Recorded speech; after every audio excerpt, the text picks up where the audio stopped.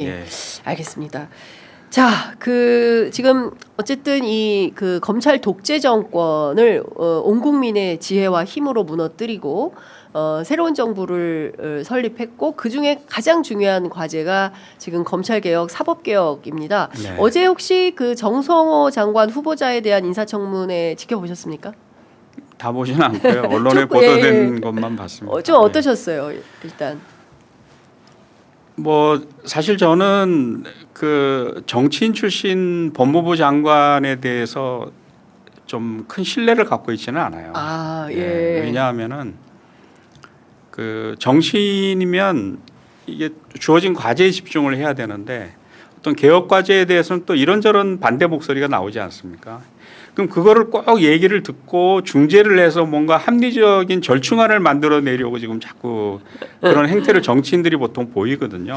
아, 정성호 의원이 많이 그런 편입니다. 네, 그래서 저는 혹시 지금 이 중차대한 국면에서 법무부 장관으로 가서 또 그런 행태를 보이지 않을까 하는 일말의 염려는 있어요. 그런데 이제 다만 대통령이 국민들 앞에서 수사와 기소는 분리가 돼야 된다. 이게 분명하게 얘기를 하셨고, 그다음에 민주당 당대표로 나선 두 분이 속도를 내서 이것은 가을에 검찰개혁을 완성하겠다 이런 얘기를 하고 계시고, 그래서 저는 그런 대통령의 검찰개혁에 대한 확고한 의지, 철학 이것을 누구보다도 잘 이해하고 있는 분이 정성호 의원이시기 때문에 맞습니다.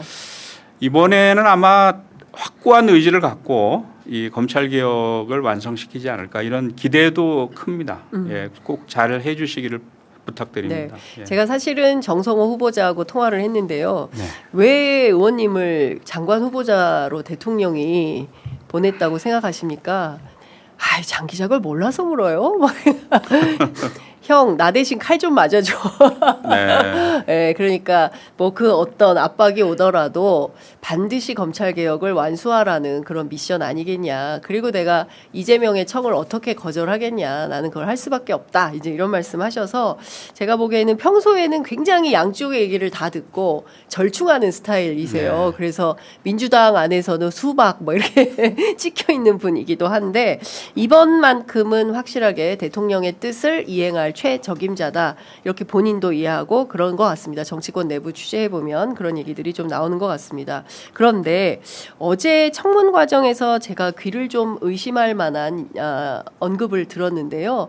그 내용이 뭐냐면 일종의 이제 지금 보면 기소청과 중수청을 구분하게 되지 않습니까? 이제 수사와 기소를 분리하면서 이제 나누어지게 되는데 이 중수청에 소위 얘기하는 보안 수사권, 이 보안 수사권을 두어서 검사들이 계속 수사하도록 한다라는 거예요. 이제 관련해서 조국혁신당의 박은정 의원은 이 문제를 좀 세게 지적을 하고 있고요. 동시에 법사위원장인 이춘석 의원도 그럼 그게 무슨 수사 기소 분리냐? 이거 뭐 그냥 원래대로 돌리겠다는 거 아니냐라고 하니까 뭐 잘 경청하겠습니다. 이렇게 지나갔어요. 이 보안 수사권이라는 것을 통해서 검찰의 수사권이 다시 부활되는 것은 아닌가라는 의심이 드는데 교수님은 전문가로서 어떻게 보십니까? 그러니까 이제 사실 검찰 조직이 만만한 조직은 아니라서요. 그렇습니다. 생존 능력이 탁월하고 예. 또 언제든지 사태를 뒤집어 엎을 수 있는 그 권한과 힘을 갖고 있는 조직이거든요. 그러니까 저도 이제 듣기로는 수사와 기소를 분리하되 결국 검찰이 살아남을 수 있는 안을 만들어서 여기저기 돌리고 있다는 얘기를 저도 듣고 있습니다. 그러니까 이제 수사와 기소 분리는 우리가 거부할 수 없는 대세니까 기소하는 검사 또 수사하는 검사를 나누어 가지고 형식적으로 각각 별개의 조직에 두고 이거를 법무부 산하에 두 조직을 두면서 사실상 수사권과 기소권을 한 손에 쥐고 지금처럼 활동하는 이런 아마 구상을 하고 있는 것 같아요. 그리고 그것을 이제 여기저기 의원들한테 아마 퍼뜨리고 여권 의원들한테도 아마 들이미는 것 같더라고요. 검사들이요. 예. 그거 굉장히 위험한 거죠. 그러니까 지금은 일단은 수사와 기소를 분리했다라는 신용만 내고 상황이 바뀌면 언제든지 두 조직이 합쳐가지고 다시 지금 검찰처럼 그 행동하겠다라는 지금 보관이 있는 거거든요. 아마 그런 안을 가지고 이제 저는 여권 쪽도 지금 설득을 하고 있는 걸로 알고 있고 야권도 설득을 하고 있고 아마 법무부 장관한테도 더 밀겠죠.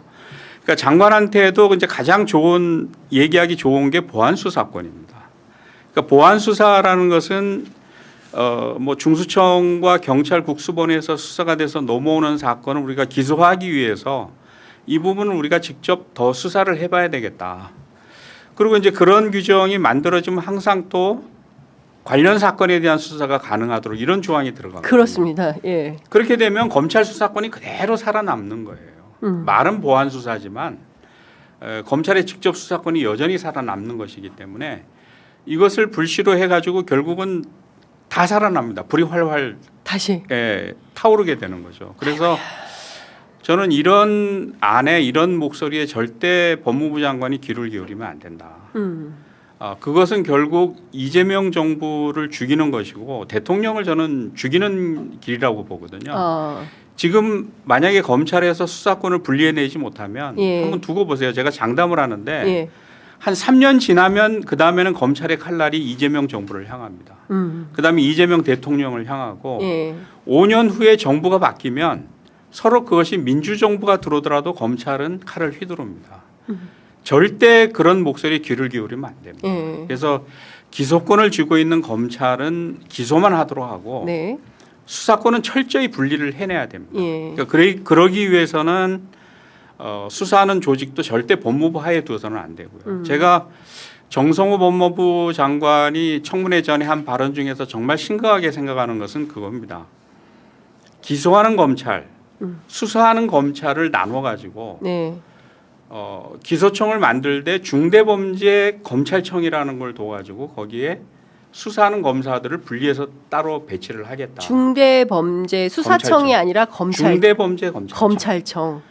이거는 검찰개혁 자체를 형용화시키는 안이거든요.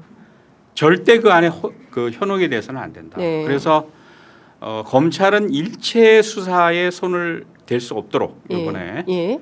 분리를 해야 되고 두 조직을 절대 같은 그 행정반에 둬서는 안 됩니다. 예. 그리고 인사교류도 철저하게 법으로 차단을 해야 되고요. 인사교류도 법으로 예, 차단. 예. 예. 그다음에 제가 한 가지 말씀드리고 싶은 거는 흔히 이제 수사기소 분리를 얘기를 하면 아니 검찰의 그 막강한 수사 역량을 그러면 자는 거냐. 사장시키자는 거냐. 예. 그럼 거악으로부터 국가를 지킬 수 없다. 이런 얘기를 흔히 합니다. 예. 그런데 저는 이 소위 말하는 검찰 특수부의 수사 역량이 저는 굉장히 과장이 되어 있다고 생각을 해요. 우리가 특수부 수사라는 게 패턴이 뻔하거든요. 사람을 불러다가 네. 이 사람을 유죄로 만들기 위한 사전 시나리오를 다 짭니다. 그래서 자백을 강요하고 뭐 심지어 허위 자백을 강요하고 자백이 나오지 않으면 그 다음에는 여죄를 텁니다. 네. 여죄가 안 나오면 가족의 문제를 텁니다. 친구의 문제를 털고요. 거래처 관계자를 다 텁니다. 그러면 그 사람이 버틸 재간이 없어요. 없어요. 그다음에 영장 청구권을 검사가 독점하지 않습니까? 그렇습니다. 압수수색하고 싶은 모든 것을 다 압수수색을 합니다. 그런 고립무원의 상태에 빠진 사람이 결국은 선택할 수 있는 길은 두 가지입니다. 한 가지는 검사들이 원하는 대로 자백을 해주고 사건을 만드는 데 일조를 하거나 그렇지 않으면 자살하는 경우예요. 검찰 수사를 받다가 굉장히 많은 사람들이 자살을 했거든요. 맞습니다. 그리고 실제로 일반 형사부보다 검찰 특수부의 기소에 대해서 무죄율이 몇 배가 높습니다. 그렇습니다. 그러니까 이런 걸 놓고 검찰 특수부가 수사를 잘한다?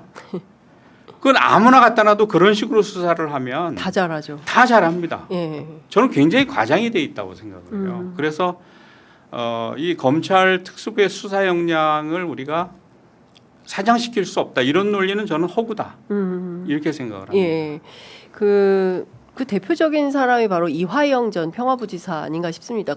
끝내 이제 검찰에 협조하다가 이건 아니다라는 부인의 탄원에 의해서 다시 양심 고백을 하고 본인의 입장을 정리해서 했더니 다시 또 추가 기소 해가지고 결국 굉장히 높은 형량을 받고 복역 중이고, 맞습니다. 네, 안 그러면 자살하거나, 예, 죽거나 아니면 그냥 합조하거나 이게 말이 됩니까? 그러니까 요번에 그 이 윤석열 전 대통령이 이제 재구속되기 전에 영장실질 심사에서 뭐 자기 신세를 한탄하면서 변호사도 구하기 어렵다.